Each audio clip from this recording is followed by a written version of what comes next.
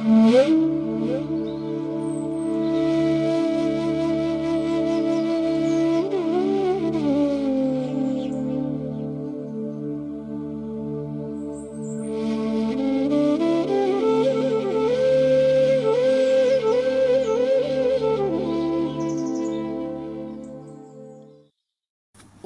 स्थापकाय च धर्मस्य सर्वधर्मस्वरूपिणे अवतार वरिष्ठाय रामकृष्णाय ते नमो। नमस्कार। শ্রী শ্রী ঠাকুর, শ্রী শ্রী মা এবং স্বামীজি মহারাজের চরণে ভুলুণ্ঠিত প্রণাম জানাই। প্রাণারাম বাংলা ইউটিউব চ্যানেলে সম্প্রচারিত সৎকথায় প্রতিদিনের মনন এই ধারাবাহিক অনুধ্যানের আজকে 699তম দিনের অনুধ্যান। আগামীকাল চৈতন্য মহাপ্রভুর আবির্ভাব তিথি দোল পূর্ণিমা। রঙে রঙিন হয়ে আমাদের মনটিকেও যেন আমরা ভগবানের ভাবে রাঙিয়ে নিতে পারি সেই প্রার্থনা করি। এবং আগামীকাল ডিব্রুগড় শ্রী সারদা সংঘে স্পিরিচুয়াল রিট্রিট, সেই আসামের প্রত্যন্ত ডিব্রুগড়ে রিট্রিট করার একটা সুযোগ ভগবান যদি কৃপা করে কালকে নিয়ে যান সাবধানে, তাহলে আমরা যেতে পারবো এবং ফিরে আসতে পারবো। আপনারা প্রার্থনা করবেন। আজ আমরা পরম পূজ্যপাদ শ্রীমৎ স্বামী গম্ভীরানন্দজি মহারাজের যে অসাধারণ ব্যক্তিত্ব সেই নিয়ে স্মরণ মনন করব। জুলাই আগস্ট 2021 সালে নিবোধত পত্রিকায় পরম পূজনীয় স্বামী নিরন্তরানন্দজি মহারাজ একটি অসাধারণ লেখা লিখেছিলেন, সেই আলোকেই আমরা আজকে স্মরণ করব। পরম পূজ্যপাদ স্বামী গম্ভীরানন্দজি মহারাজ এক দক্ষ প্রশাসক ছিলেন। তাকে বলতে শোনা যেত, যেই সঙ্গ ঠাকুরের তাঁর সঙ্গ তিনিই চালান। পরম পূজ্যপাদ স্বামী চেতনানন্দজি মহারাজকে তিনি একবার বলেছিলেন, ঠাকুরই সব প্রবলেম সলভ করে দেন, আমরা নিমিত্ত মাত্র। এবং স্বামী গম্ভীরানন্দজি মহারাজের আধ্যাত্মিক ব্যক্তিত্ব 4টি থামের ওপর স্থাপিত ছিল। 4 প্রকারের নিষ্ঠা: সাধন নিষ্ঠা, সাধ্যায় নিষ্ঠা, সেবা নিষ্ঠা ও সময় নিষ্ঠা। সেজন্য নামে গম্ভীর, কাজ কর্ম ব্যবহার কথাবার্তাতেও গম্ভীর ছিলেন পরম পূজ্যপাদ শ্রীমৎ স্বামী গম্ভীরানন্দজি মহারাজ। কম কথার মানুষ ছিলেন, কিন্তু এত বই লিখেছেন, ভাষণ দিয়েছেন, দিনে রাতে কর্মব্যস্ত থাকতেন যে কখনো কখনো তার অল্প কথার রীতি থেকে তিনি বিচ্যুত হননি। রাজা মহারাজের সেবক, উচ্চ কোটির ব্রহ্মজ্ঞানী স্বামী নির্বাণানন্দজি মহারাজ একবার মন্তব্য করেছিলেন, Gambhirananda is a man of principles. রীতি নীতি, সত্যনিষ্ঠা, নিয়মানুবর্তিতা, এইটি ছিল স্বামী গম্ভীরানন্দজি মহারাজের জীবন। এবং তাঁর জীবনে সেই গীতার অরতির জনসংসদী যেন লক্ষিত হয়েছিল। একাকিত্ব ছিল তাঁর চরিত্রের ভূষণ, একা থাকতে তিনি চাইতেন। গম্ভীরানন্দজি মহারাজ তখন রামকৃষ্ণ মিশনের সাধারণ সম্পাদক, আর পরম পূজনীয় স্বামী প্রিয়ব্রতানন্দজি তখন নবাগত ব্রহ্মচারী। তো গম্ভীর মহারাজকে তিনি একবার সরাসরি প্রশ্ন করেছিলেন, মহারাজ, আপনাকে কাজের সময় মিথ্যে কথা বলতে হয়? প্রশ্নের কারণ, ব্রহ্মচারী মহারাজের ধারণা ছিল ছোট বড় সংস্থার মাথাদের পক্ষে সবসময় সবার কাছে সত্য কথা বলা চলে না। অথচ তিনি কথামৃতে পড়েছিলেন, সত্য কথা কলির তপস্যা। তাই তিনি পূজনীয় মহারাজকে এই প্রশ্নটি করেছিলেন। পূজ্যপাদ গম্ভীর মহারাজ বিরক্তি প্রকাশ তো করলেনই না, উল্টে স্পষ্ট উত্তর দিলেন না। এবং গম্ভীর মহারাজের তো ওই জীবন 4টি স্তম্ভ ছিল। সাধন নিষ্ঠা, সর্বদা তিনি সাধনায় ডুবে থাকতেন। প্রতিদিন সকালে এবং সন্ধ্যায় মালা নিয়ে জপ ধ্যান করতেন, কখনো তার ব্যত্যয় হতো না। শারীরিক কারণে একান্ত অপারগ হলে তবেই তার অন্যথা দেখা যেত। এবং রুদ্রাক্ষের একটি মালা তিনি পরম পূজনীয় মহাপুরুষ মহারাজের কাছ থেকে লাভ করেছিলেন। এবং আসলে এটি স্বামী কাশীশ্বরানন্দজি মহারাজ কাশী থেকে তার জন্য পাঠিয়েছিলেন। সেজন্য গুরুর দেওয়া এই মালার যথাযোগ্য ব্যবহার তিনি জীবনের শেষ পর্যন্ত করে গেছেন। আসলে যিনি সাধনা করেন তিনিই তো সাধু। সেজন্য আনুষ্ঠানিকভাবে তিনি কাউকে কখনো হয়তো উপদেশ দেননি, কিন্তু তার জীবনযাপনই ভবিষ্যৎ প্রজন্মের সাধুদের কাছে যেন উপদেশ হয়েছিল। একবার মহারাজ তখন সঙ্গের অধ্যক্ষ ব্রহ্মচারীদের বললেন, তোমাদের যদি কোনো প্রশ্ন থাকে তার উত্তর দিতে পারি। তখন সবাই কয়েকজন খুব সুন্দর সুন্দর প্রশ্ন করলেন, মহারাজও উত্তর দিলেন। সব শেষে একজন ব্রহ্মচারী বললেন, মহারাজ এখন আপনি আমাদের কিছু উপদেশ করুন, আমরা বিভিন্ন কাজকর্মের পরিস্থিতিতে কেমনভাবে চলব ইত্যাদি বিষয়ে আপনার নির্দেশ বলুন।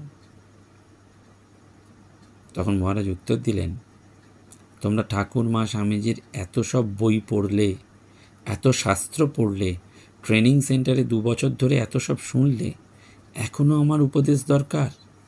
যা পড়েছ শুনেছ সেগুলো মনে রাখলেই হবে। একবার হাসপাতাল থেকে ফিরে মহারাজ বিশ্রামের জন্য আরোগ্য ভবনে অবস্থান করছেন। নৈশ আহারের আগে চেয়ারে বসে রজনীকান্তের সেই গানে বিভোর হয়ে গাইছেন, পূজার প্রদীপ জ্বালিয়ে রাখিস। কারণ সেই পরিণত বয়সেও তিনি একেবারে সুর সহ গাইছেন, যেন ভগবত জীবন, সাধন জীবনের যে মূল সুর, নিয়ত বা নিরন্তর ভগবত স্মরণ মনন, সেটা তিনি গানটির মধ্যে দিয়ে খুঁজে পেয়েছিলেন। তো স্বামী নিরন্তরানন্দজি মহারাজ গম্ভীর মহারাজের সঙ্গে রাঁচি মোড়াবাদী আশ্রমের অধ্যক্ষের আহ্বানে হাওড়া থেকে ট্রেনে করে রাঁচি যাচ্ছেন। সবেমাত্র তখন নিরন্তরানন্দজি বেলুড় মঠে যোগদান করেছেন। ভোরবেলায় ট্রেন মুড়ি স্টেশনে বা জংশনে দাঁড়ালো। মহারাজ জিজ্ঞাসা করলেন, সময় কত? যখন শুনলেন ভোর 4টে, তখন সেই বিছানাতেই সোজা হয়ে বসে গঙ্গাজল আর জপের মালা চেয়ে নিয়ে জপে বিভোর হলেন। এবং এই ঘটনা শুধু এখানেই শেষ হলো না। মহারাজ স্বামী নিরন্তরানন্দজিকে নির্দেশ দিলেন জপের জন্যে তাঁরই বিছানায় বসতে। তো নিরন্তরানন্দজি মহারাজ ইতস্তত করছেন। সঙ্গে সঙ্গে তিনি বললেন, আরে এই করেই সময় শেষ হয়ে যাবে। তখন নিরন্তরানন্দজিও তার পাশে বসলেন। এই ছিল তার সাধন নিষ্ঠা। তেমনি ছিল তার সাধ্যায় নিষ্ঠা। তার সাধ্যায় যেমন ছিল বিস্তৃতি, তেমন ছিল গভীরতা। তার রচিত শ্রীমা সারদা দেবী বইটি পড়ে আজও সবাই মুগ্ধ হয়ে যান। এবং মহারাজ তাঁর সাধু জীবনের প্রথম কিছু বছরের মধ্যেই স্তব কুসুমাঞ্জলিতে সংস্কৃত স্তব স্তুতির সংকলন গ্রন্থ লিখেছিলেন। গম্ভীরানন্দজির উপনিষদ গ্রন্থাবলীর প্রথম খণ্ড অবেদানন্দজি মহারাজ পড়ে অত্যন্ত প্রীত হয়েছিলেন এবং অভিনন্দন জানাতে চেয়ে তার কাছে আহ্বান জানিয়েছিলেন। মহারাজের বার্ধক্য বা শারীরিক অসুস্থতা তার লেখাপড়ার কাজে সাধনায় কখনো ব্যাঘাত ঘটাতে পারত না। তাই 80 বছরের বয়স হয়ে সঙ্ঘের সহাধ্যক্ষ বা অধ্যক্ষ পদে সমাসীন হয়ে দৃষ্টিশক্তির স্বল্পতা নিয়েও তিনি সেবকদের সাহায্যে দুরূহ সংস্কৃত শাস্ত্রগ্রন্থের ইংরেজি অনুবাদের কাজ করেছেন। প্রতিদিন এই জন্য তিনি 4 থেকে 5 ঘন্টা সময় দিতেন এবং সেই সারস্বত সাধনাই ছিল তার কাছে আধ্যাত্মিক সাধনার প্রকারভেদ। স্তব স্তুতি তিনি প্রশংসা কম লাভ করেননি, কিন্তু কোনোটাই তার মনে কোনো অহংকার বা অভিমানের ছাপ ফেলেনি। ঠাকুরই যে সর্বকর্মের কর্তা, এইটি তিনি সবসময় ভাবতেন। ভক্ত গম্ভীর মহারাজের দৃষ্টিশক্তিহীনতার জন্য দুঃখ প্রকাশ করলে মহারাজ তাকে বলেছিলেন, তার যতটুকু কাজ করাবার ছিল তিনি তা করিয়ে নিয়েছেন, তারপর তার জিনিস তিনি নিয়ে নিয়েছেন। তিনি কখনো ছুটি নিয়ে হিমালয়ের নির্জন স্থানে তপস্যা করতে যাননি। সবসময় ঠাকুর তথা সঙ্ঘের সেবায় নিযুক্ত থেকেছেন। সঙ্গে যোগদান করেছিলেন দেওঘর বিদ্যাপীঠে। সেখানে ভোর থেকে রাত্রে শুতে যাওয়ার আগে পর্যন্ত কাজ করতেন। বলতেন, কত ঘন্টা কাজ করেছি তার হিসেব নিকেশ আমরা করতাম না। ভোরে ছাত্রদের ঘুম থেকে তোলা, স্কুলে পড়ানো, পোস্ট অফিস বন্ধ হওয়ার আগেই সাইকেলে করে গিয়ে চিঠি পোস্ট করা, সমস্ত রকম কাজ করতে হতো।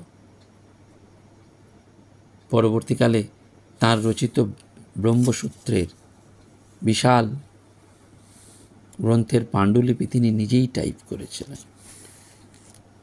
তিনি যখন সঙ্ঘের সাধারণ সম্পাদক, তখন কোনো কাজই তিনি ফেলে রাখতেন না। সবসময় তাঁর টেবিল পরিষ্কার থাকত। সবসময় তিনি বলতেন, আমাদের মঠ মিশনের সেবার ভিত্তি হলো অদ্বৈত মত। জীবকে শিবজ্ঞান করেই সেবা হয়। আর অপরদিকে প্রচলিত কর্মযোগের ভিত্তি হলো দ্বৈত মত। সেই জন্য স্বামীজির সেবা ধর্মকে সেবা যোগ নামে প্রকাশ করতে তার আগ্রহ ছিল। পূজনীয় মহারাজ ব্যক্তির চেয়ে বক্তব্যকে অধিক গুরুত্ব দিতেন। স্বামী বিশোকানন্দজি তখন রাঁচিতে নবাগত ব্রহ্মচারী। রামকৃষ্ণ ভক্তমালিকা গ্রন্থের একটি ঘটনা তার মনে তথ্যবিরোধী বলে মনে হয়েছিল। নরেন্দ্রনাথের অপর দুই গুরুভ্রাতা কালী মহারাজ এবং মহাপুরুষ মহারাজের সঙ্গে এপ্রিলের গোড়াতে বুদ্ধগয়ায় গিয়ে বোধিবৃক্ষ তলে ধ্যান করেছিলেন, এরকম একটা ঘটনা তিনি পড়েছিলেন। এবং সেখানে ছিল যে তাদের ইচ্ছা ছিল সেখানে কিছুকাল থাকার, কিন্তু শীতবস্ত্রের অভাবে 3-4 দিন পরেই ফিরে এসেছিলেন। বিশোকানন্দজির বক্তব্য ছিল, বুদ্ধগয়ায় এপ্রিল মাসে আবহাওয়া খুব গরম হয়। গম্ভীরানন্দজি জিজ্ঞেস করলেন, এই ব্যাপারে আর ইউ শিওর? তিনি বললেন, হ্যাঁ মহারাজ।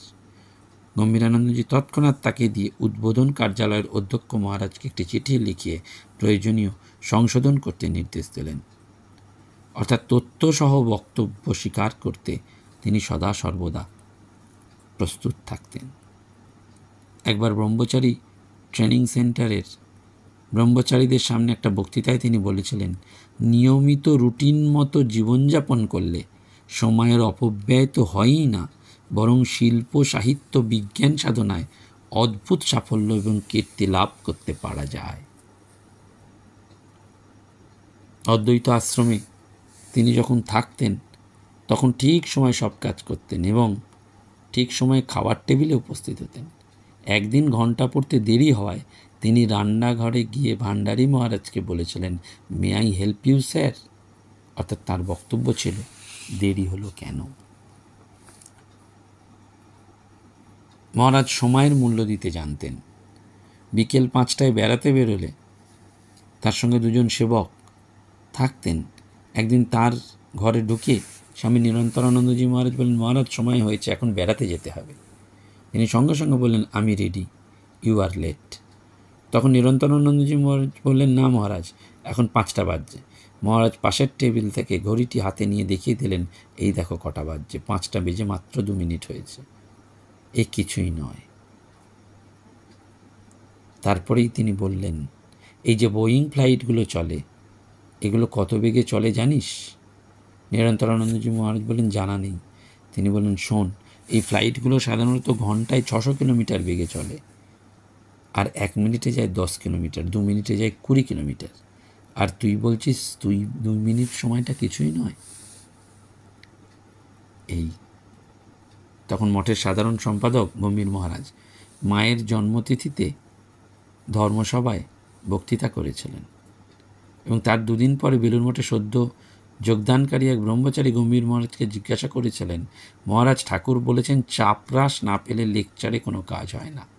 লোকে 2 দিন শোনে, তারপর ভুলে যায়। এই যে সাধুরা লেকচার দেন, এটা তাহলে আসলে কি? আসলে কথামৃতে ওই পড়ার পর তারই কৌতূহল হয়েছিল। মহারাজ কিচ্ছু বললেন না, একটু মৃদু হেসে তারপর বললেন, আমি লেকচার দিই না, আমি লেকচার দিই না। তারপর বললেন, সভায় বসে ঠাকুরের কাছে প্রার্থনা করি ও ঠাকুরের কথা ঠাকুরকেই শোনাই।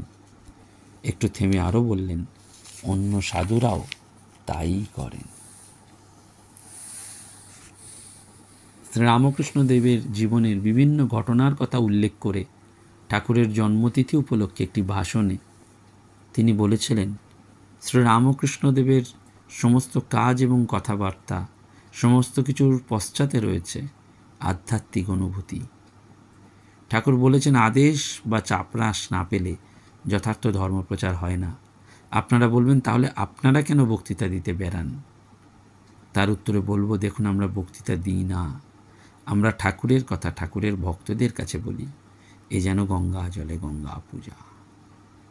সেজন্য গম্ভীরানন্দজি মহারাজের জীবনে 4টি যোগ, জ্ঞান, কর্ম, ভক্তি এবং রাজযোগের সমন্বয় ঘটেছিল। তার সহজ সরল অনাড়ম্বর জীবন ছিল শ্রী ভগবানের এক অদ্ভুত সৃষ্টি। পূজনীয় মহারাজ ছিলেন এক দিব্য অসাধারণ ব্যক্তিত্ব। আমরা এই সমস্ত মহাত্মাদের, এই উচ্চকোটির সন্ন্যাসীদের শুধু প্রণাম করতেই পারি। আমাদের সেই ভাষা নেই, সেই অনুভূতি নেই। আমরা শুধুমাত্র সেই মহাকালের নিরিখে খুব ক্ষুদ্রাতি ক্ষুদ্র জীব। আমরা শুধু তাদের এই জীবনের নানান ঘটনা আলোকে এইটুকু বুঝতে পারি যে প্রকৃতপক্ষে সুখ দুঃখ অর্থাৎ অনুকূল প্রতিকূল পরিস্থিতি দুই আমাদের জীবনের মহান শিক্ষক। স্বামীজি বলছেন, চিত্তের প্রশান্তি ভেঙো না কখনো, সদাই আনন্দে রহিবে মগন। আমাদের এই সাধকদের জীবন বারবার সেই আনন্দের সূত্র দেয়, সেই আনন্দের খনিটিকে বারবার প্রকাশ করার জন্য এগিয়ে দেয়। তাই এই মহাপুরুষদের চরণে, এই মহাত্মাদের চরণে ভুয়ো ভুয়ো প্রণাম জানাই। নমস্কার, ধন্যবাদ। প্রাণারাম প্রাণারাম প্রাণা